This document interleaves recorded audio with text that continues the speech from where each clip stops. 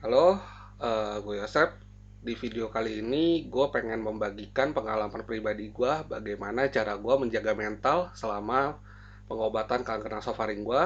Dan mungkin video ini juga bisa bermanfaat buat para penyintas kanker lainnya atau yang punya keluarga atau punya teman yang jadi penyintas kanker juga. Semoga video ini bisa bermanfaat ya buat kalian.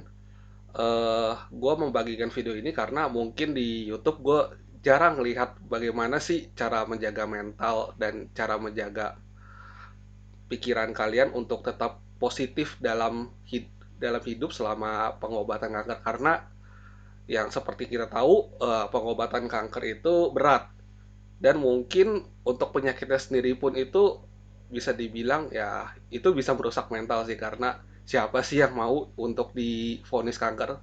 Gak ada yang mau. Tapi di video ini mungkin gue akan membantu kalian untuk berpikir positif dan tetap berjuang untuk menghadapi kanker kalian. Tips yang pertama adalah menerima diri kita sendiri. Kenapa harus menerima diri kita sendiri? Karena ketika kita bisa menerima diri kita yang baru, yang terkena, mungkin kita terjangkit penyakit kanker, ini adalah proses awal dari penyembuhan kita. Eh, Jujur, mungkin berat pada awalnya untuk menerima diri kita sendiri, tapi ketika kalian bisa menerima diri kalian yang baru, diri kalian yang mungkin sakit sekarang, uh, gue percaya ketika kita menerima ini semua dengan ikhlas, dengan lapang dada, uh, tubuh kita akan memulai proses penyembuhan bersama dengan pengobatan kemoterapi atau radioterapi. Itu adalah proses awal dan ini paling penting kalau menurut gue ya. Yang kedua adalah tetap bersyukur. Kenapa harus bersyukur? Uh, Mungkin berat buat kita menerima diri kita pas kita divonis untuk terkena kanker ini, tapi ketika kita bisa bersyukur untuk mendapatkan sesuatu yang baik, kita juga harus bisa bersyukur untuk ketika kita menerima pencobaan atau masalah dalam hidup. Kenapa? Ketika kita tidak bersyukur atas hidup kita, bayangkan ada orang yang lebih berat hidupnya daripada kita. Mungkin yang kankernya lebih parah atau mungkin dia tidak bisa sembuh lagi, tapi dia masih pengen bertahan. Percayalah, kita harus bersyukur setiap harinya. Yang ketiga adalah dukungan keluarga dan teman.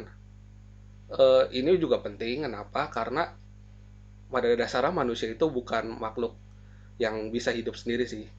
Ketika kita didukung oleh teman dan keluarga, terutama keluarga ya, karena keluarga itu yang paling dekat, yang serumah sama kita. Ketika mereka mendukung kita untuk sembuh, percaya gak, dalam diri kita pasti ada yang namanya perasaan untuk ingin bertahan, perasaan untuk tetap menjaga mereka tersenyum. Dan ketika teman-teman kita boleh support kita, boleh mendukung kita untuk sembuh, itu akan menjadi booster moral kalau buat saya pribadi sih. Dan mungkin buat para pasien kanker lainnya juga bisa menjadi booster moral ya. Yang keempat, ini sebenarnya sih bukan, mungkin nggak semua orang ya, tapi banyak pasien kanker yang mungkin merasa malu. Aduh, gue malu, gue kena kanker. Gue salah apa mungkin? Atau ketika proses penyembuhan, rasa malu itu mungkin kelihatan dari ya rambut. Gue sendiri pun juga, gue sempat mental breakdown. Gue malu karena pala gue botak, rambut gue rontok, dan waduh, gue sendiri orang yang seneng banget sama rambut gue, tapi ketika rambut gue rontok gue malu untuk keluar, jujur aja, untuk memperlihatkan diri gue ya ke orang lain. Itu malu banget, sangat sangat malu. Tapi kita harus percaya diri. Kenapa harus percaya diri? Karena ketika kita membangun rasa percaya diri kita yang baru, itu juga bisa membantu untuk proses kesembuhan diri kita. Dan emang pada dasarnya kita nggak boleh malu. Banyak kok orang botak yang ganteng, contoh ya banyak lah. Gua nggak perlu sebut namanya, tapi gue sendiri juga sekarang udah mulai pede dengan penampilan baru gue. Dan mungkin kalau gue keluar gue pakai topi ya. Gue ini gue ada top, gue juga pakai topi terkadang karena sinar matahari di luar tuh kalau kena kepala tuh sakit. kulit gue gampang merah, tapi seenggaknya kalau emang kalian sensitif sama sinar matahari, boleh lah pakai topi, atau mungkin kalian nggak pede dengan kepala kalian, ya bisa lah pakai rambut palsu. Tapi kalau gue sendiri sih gue pede dengan penampilan baru gue sekarang. Yang kelima adalah hati yang gembira adalah obat.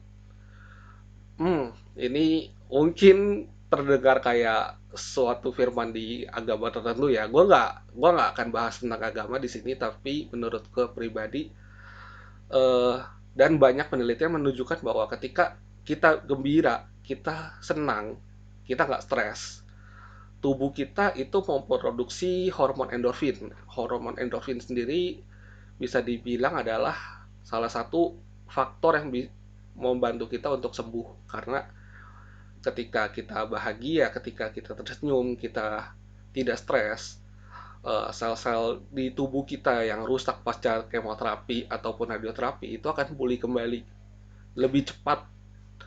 Dan gue yakin ketika hati kita gembira, itu adalah suatu booster moral juga buat diri kita, buat keluarga di sekitar kita. Kita nggak boleh bikin khawatir sih, lebih tepatnya.